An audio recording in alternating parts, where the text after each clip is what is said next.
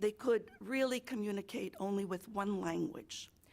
And if you talk to people who, in Poltava, for example, and Poltava is considered to be the heart of pure Ukrainian historically. If you ask people, why are you speaking Russian? Because we were told, if you want to survive at your job, if you want to advance in any way, if you want your children to be included in any kind of program that will allow them to survive, you need to speak Russian. Teachers who spoke in Russian were given higher pay than teachers who spoke in Ukrainian. What do you do in a society that is pressured that way from outside? You succumb. You want your family to survive. You want to survive. And before that, in the 19th century, the Tsars had issued edicts that the Ukrainian language was banned.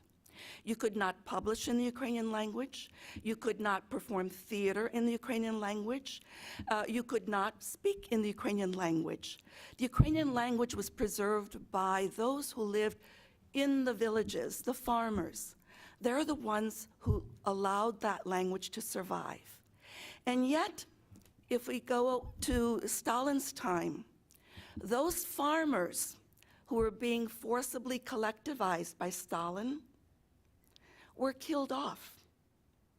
Over 4 million people died of this starvation, of this Holodomor, as it's called, death by starvation, a genocide by starvation. Their homes were vacant. The land was vacant. Who occupied those territories? Well, it's Putin's playbook today. Bring in the Russians, they'll occupy those territories. Are they going to speak Ukrainian? Not. They speak Russian. And so that's why that entire eastern terrain, all those eastern lands are mostly Russian speaking.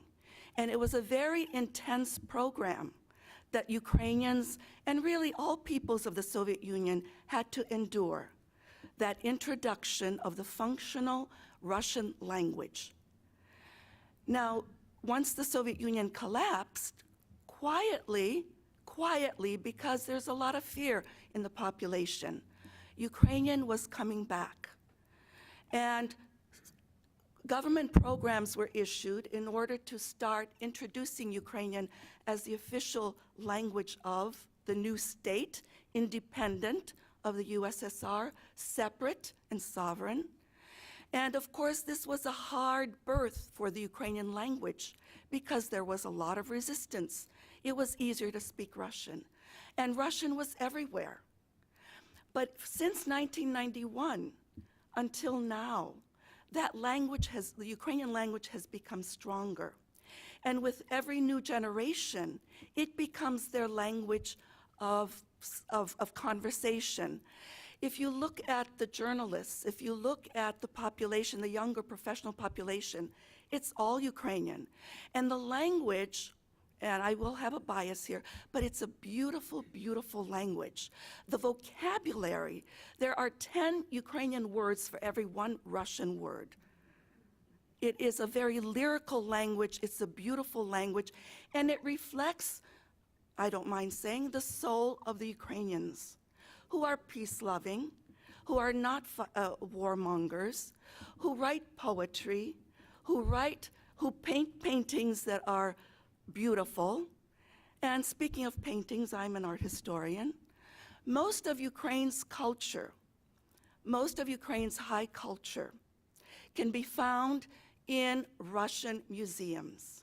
Everything from Scythian art, which dates back to the 8th century BC, the Trypillian culture, a Neolithic culture that was born on Ukrainian land in the area of Kyiv.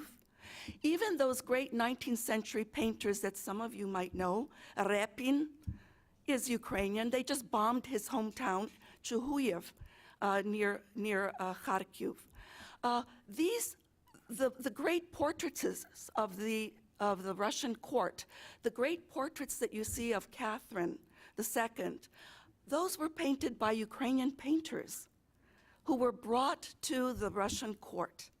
The music, any of you who are interested in classical music, the music of the 18th century was written by Ukrainian composers who came from a musical school that is near Kharkiv, today Hluchiv.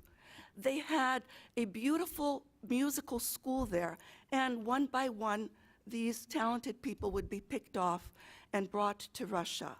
And this is what Putin is claiming that Russian culture is built on. It's all appropriated. It's all appropriated. So I just wanted to say that the identity of Ukrainians has been made even stronger by this war.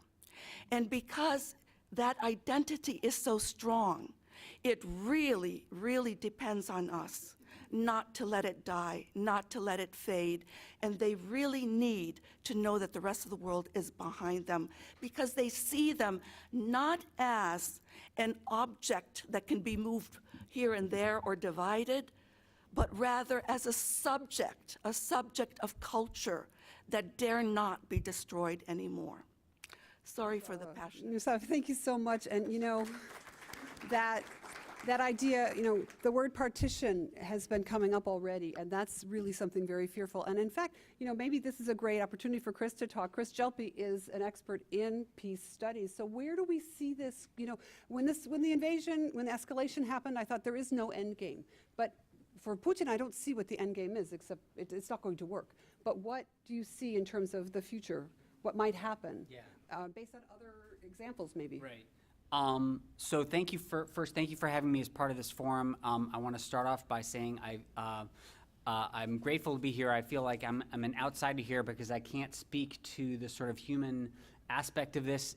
I have a more of an international perspective to bring, and I want to be clear in saying that I don't think that kind of international relations theory is bigger or more important than the human level, but it is a different perspective that I think needs to be factored in as well. So going to your question about what happens going forward, one thing I have to say is that unfortunately I don't think there's much reason to expect the economic sanctions to do very much to stop Putin from in terms of changing his war aims.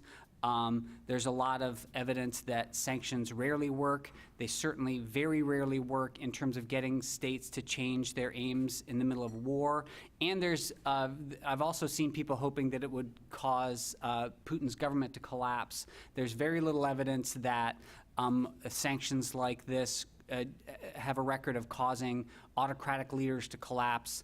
South Africa is a separate kind of exception I could talk about, but isn't really relevant here. And another thing I would add to that is that we should be careful what we wish for in terms of wishing for Putin to collapse, because we have a lot of experience now with taking down very bad dictators and finding out that actually what comes after that isn't necessarily any better than what we had before. So I would just be very cautious about whether economic sanctions are likely to do very much here.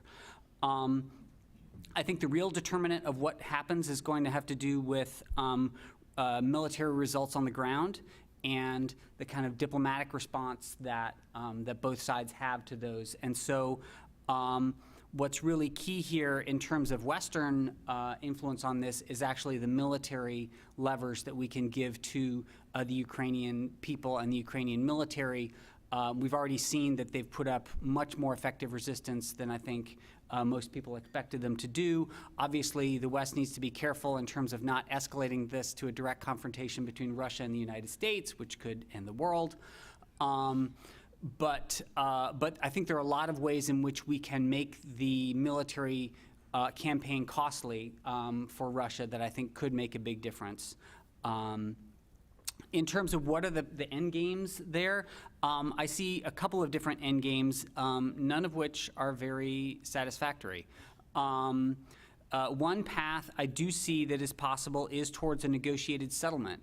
But a negotiated settlement would be painful, I think, for both sides, but especially thinking in this context for the Ukrainian side. A negotiated settlement would probably look something like a Ukraine that gives up its claims to Crimea and to probably Donetsk and Luhansk, and which are the areas that we've been talking about in terms of the Russification that happened and so on. And I don't at all, and there probably need to be a lifting of sanctions on Russia in exchange for some promise that Ukraine would not ever be part of NATO, in exchange for some sort of joint. The United States and Russia would have to participate in this together to jointly defend the sort of neutrality of Ukraine. That's not an ideal settlement. It does divide what is divides a sense of national identity, and it does violence to the concept of national self-determination. But I think there's reason to believe that it might be acceptable to Putin. He has actually used the word compromise, and so that's the kind of thing that I think a compromise might look like.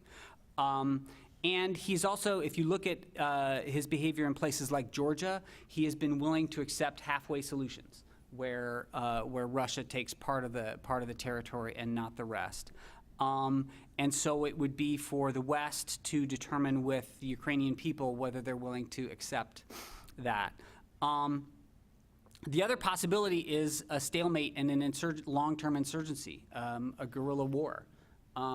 And I think as much as we want to defend the rights of the Ukrainian people for national self-determination, I think we also need to understand how extremely costly that would be to the Ukrainian people and potentially to the whole world economy if you think about this sort of sanctions regime going on. So in terms of parallel cases that we could think about that might have a better solution, people have talked a lot about China and Taiwan in this context as a comparison. And I actually think China and Taiwan represents, although it's not totally satisfactory, the good outcome that could happen from this, right? Because there's been flexibility on both sides there in terms of national self-determination, where Taiwan has this kind of in-between status, right? Where it's not really an independent country, but it's not really part of China. And while that's not fully satisfactory to either side, it has largely kept the peace.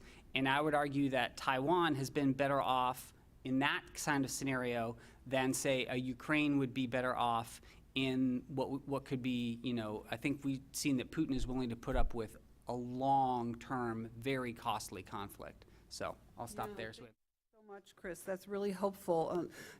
Taiwan has the advantage of being an island. Yes. So that makes a difference. So I really we have to move to questions from our live stream and our in-person audience. So it is CMC's long-standing tradition to take those audience questions, and Doug Buchanan is going to curate them. So Doug, who's our first question? Dr. Brintlinger, thank you very much, and thank you to our panelists today. Our first question was actually pre-submitted with a registration, and it comes from Gavin Hodge with the Columbus Council of World Affairs Global Scholars Diploma Program.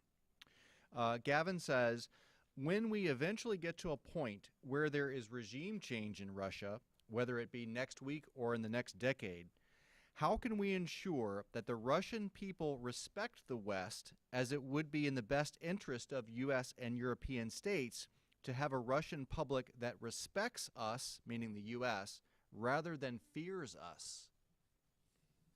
They want to take that. Go ahead, Chris. Yeah. I am just deeply skeptical of our ability to influence regime change in other countries. And I'm even more deeply skeptical of our ability to shape how other governments are going to respond to our regime change. I think foreign-imposed regime change has a very, very bad record of building up stable societies, and I just don't think that that's something that the United States can try to do. I think that we need to think about what are our principles and what are our interests and act upon those with integrity. And then the chips fall where they may. But I think we make a mistake when we think that we can when we can manipulate Russian internal politics in that way. Another question? Good afternoon. I'm Patrick McLean. I'm the CFO for the Adam H. Board, but today I'm wearing my International Relations master's degree hat, I think. I wonder if you would respond to a notion that has gotten some play in the media and in academic circles about where the fault lies for all this. And I want to be clear that I don't subscribe to this view at all, but I'd like to hear your thoughts. And that narrative goes something like this, that this never needed to happen, it never would have happened if only NATO had not expanded, if only we had not pushed NATO into the neighborhood, if we can call it that, of Russia. In other words, a sort of Monroe Doctrine, if you will, for the Russian perimeter areas. That's a great question. I know that Chris probably has the answer, but maybe Philip, do you have a view? Well, I'm pretty sure that NATO countries are already in the, or NATO, Lithuania, Latvia, Estonia, right? Yeah, already have NATO membership. So, you know, NATO is already next door to Russia. So I think it's more so Russia's, or Putin's attempt to control the political happenings in Ukraine as opposed to a defensive move, because NATO is already next door to Russia. Be really aware of the media influence inside Russia and outside Russia. I think a lot of what we hear is pre-scripted for us. Some of the things that we sometimes believe have been scripted for us as well. Chris? Yeah, I think I would actually take a somewhat different view than that. So certainly if we want to ask whose fault is this war, clearly it's Putin's fault, right? I mean, he's invaded another country, and so it's Putin's fault, full stop. However, given the existence of Vladimir Putin, I think it was quite foreseeable that he would respond to NATO expansion in the way that he did. And in particular, if you think about the combination of policies of expanding NATO to his border where he doesn't want, not including Georgia or Ukraine, promising that you will include Georgia and Ukraine in the future, but also asserting that we will not use military force to defend Ukraine, that's a policy that is leaving the door about as open as you can to Putin invading. So this is Putin's fault, but there are a lot of things that we could have done to prevent it, and we didn't. Yeah, I'm Jane Scott with the Columbus Metropolitan Club. Chris, I talk a little bit more about your sanctions. I was very skeptical at the beginning too, like this is just sort of, you know, flicking Putin in the head, but they've got some pretty serious stuff going on now in terms of all the countries, or all the companies from the United States and throughout the world, even the South Pacific countries pulling out of doing business there. Now, if I was a business person and operating in my business, whether it's McDonald's or XYZ, in Russia, and was threatened personally, my assets were threatened, and my business and employees were threatened, if and when I got out, it would be a long, long time before I would ever consider doing business in Russia. So the economy in Russia is going to change so dramatically no matter how long this war goes on, because people are not going to go back there to do business. I want to be clear in saying I'm not trying to say that sanctions won't damage the Russian economy. They definitely will. And I'm not saying that they won't hurt the livelihoods of the Russian people or the Russian sort of business owners. It definitely will. But what the problem is that leaders like Putin have an ability to insulate themselves from those kinds of costs. And so if you look at places like Cuba, Cuba's been under massive sanctions for decades, right? And the leaders can insulate themselves. The same thing was true in Iraq. The same thing is true in Iran. And in this particular case, because you have China as this sort of huge opening in the sanctions in terms of the market for Russian energy, and you have the fact that European countries, I mean, they'll try to cut back on Russian energy, but they can't get rid of it all. There's just a huge gap that won't be able to be closed, and so there'll be enough resources there for Putin to pay off the people that he needs to pay off in order to stay alive and stay in power. And so it'll be horrible for Russia, but I don't think it'll change Putin. Exactly right, I think. Yeah. Yeah. Yeah, go ahead. Also say that sanctions also have loopholes. As of at least a week ago, Goldman Sachs was acting as a middleman between U.S. investors and Russian creditors. So they were basically enabling U.S.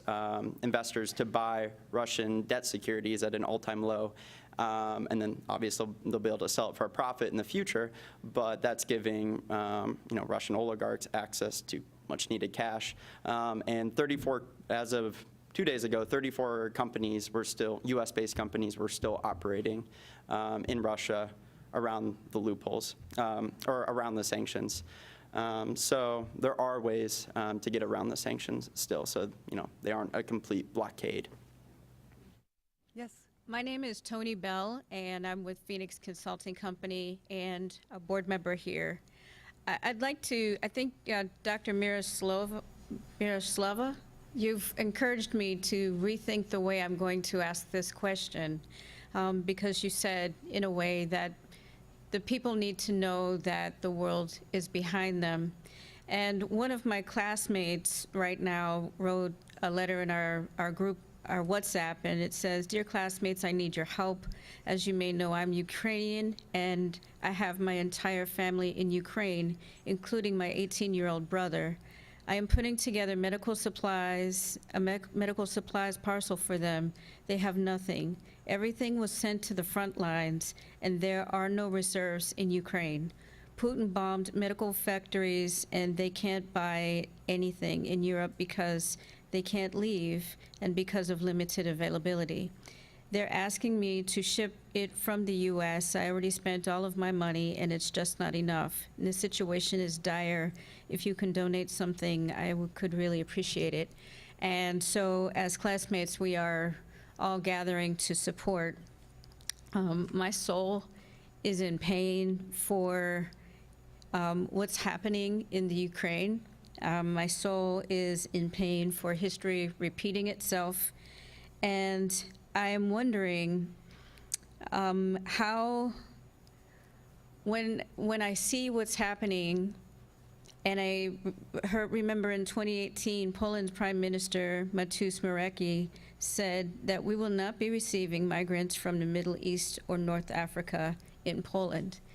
And what I see is that when it comes to Black and brown people needing support and refuge, they're often denied, or when they get to the country, they have very limited resources, and it's so hard to survive, and it's hard for them to get their families back here.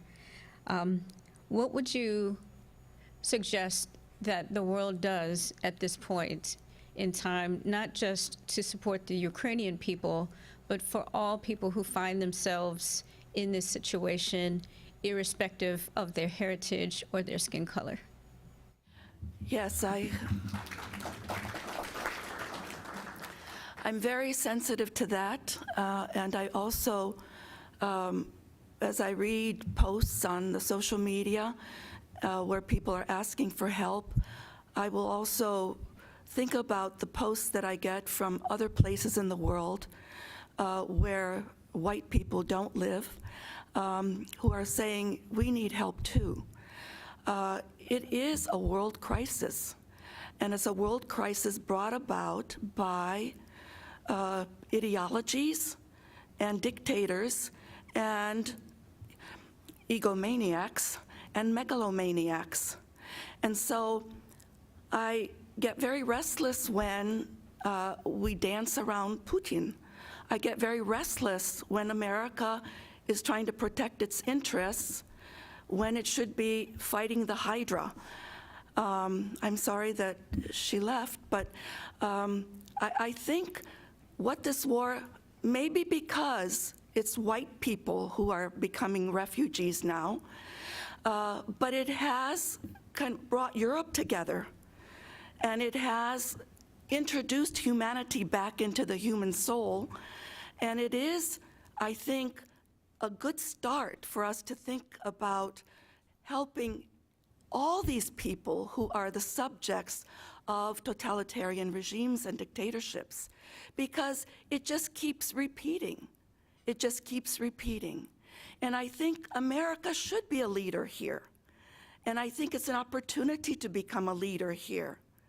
And it means using force against those who would try to change the world order according to their very narrow-minded, maniacal worldview.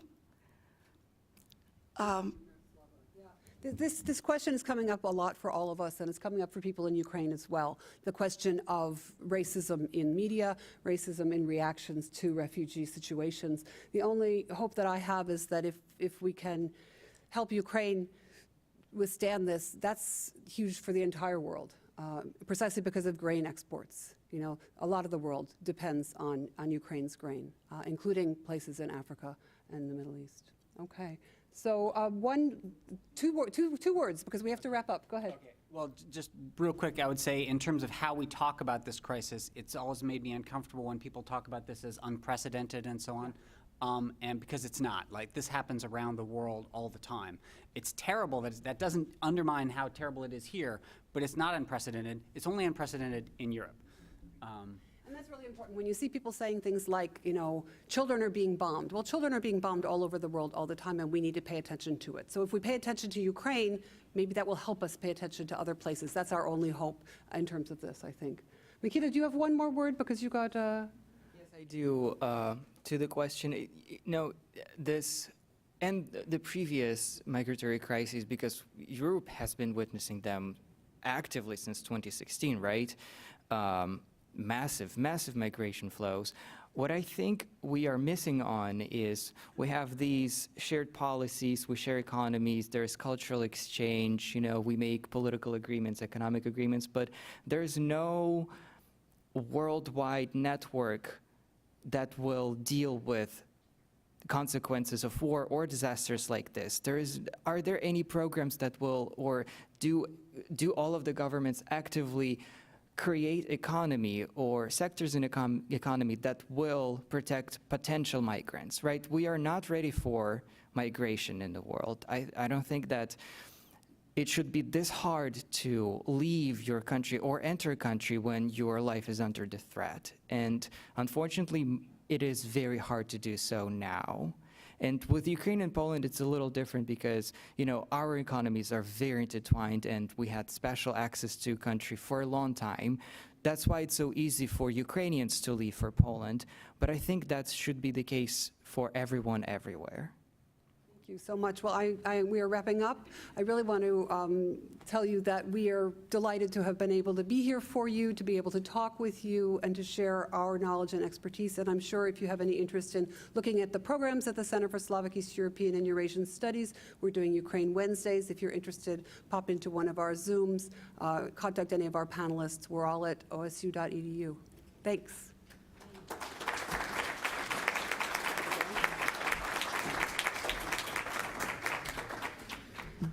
Okay, well, I hope you found today's forum interesting. Please make plans to join us on Wednesday, March 23rd for Ohio's Prosperity Linked to Workforce. That'll feature Steve Stivers, who's the president and CEO of the Ohio Chamber of Commerce. I want to thank again today's presenting sponsor, the Columbus Council on World Affairs, and today's forum sponsor, the Ohio State University.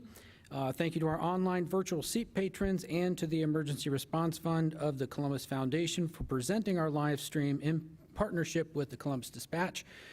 And a special appreciation for today's speakers, Christopher Gelpi, Philip Kopatz, Myroslava Mudrak, and Mykyta. Can you just say it for me? There you go. Okay. And our host, Angela Brintlinger. Thank you all for joining us. We could not do this without you. We look forward to seeing you next week as the Columbus Metropolitan Club presents another community conversation. Have a great day, everybody.